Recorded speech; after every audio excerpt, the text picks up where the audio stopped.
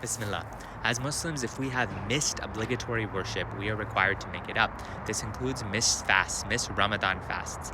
If you have missed fasts from any time after you hit puberty until now, you are required to make these up, whether this was for being sick, whether you had a valid excuse, whether you were on your menstrual cycle if you're a woman, whether you were traveling, or even if someone did not have a valid excuse and just simply wasn't fasting. Of course, the requirement is that you were a Muslim at this time. This does not apply to converts or reverts who converted into the religion of Islam.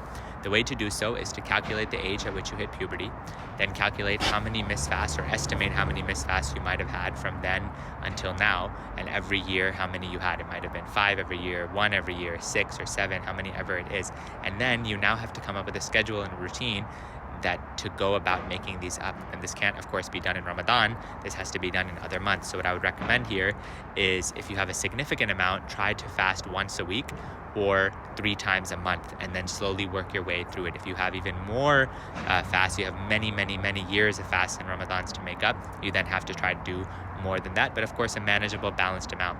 The fast still has the same requirement as a typical fast. You have to fast from the time that Fajr enters until the time that the sun sets, and all of the other requirements that go through with an obligatory fast. So this is the way to go about calculating your fasts and making them up, and make sure to do this because this is a debt that is owed to Allah.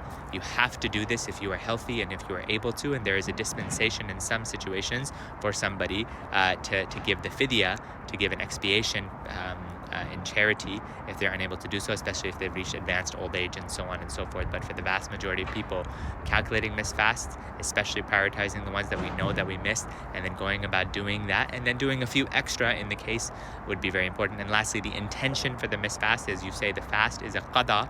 It is a make-up fast from some period in the past. You don't have to specify the exact date or time that you missed it.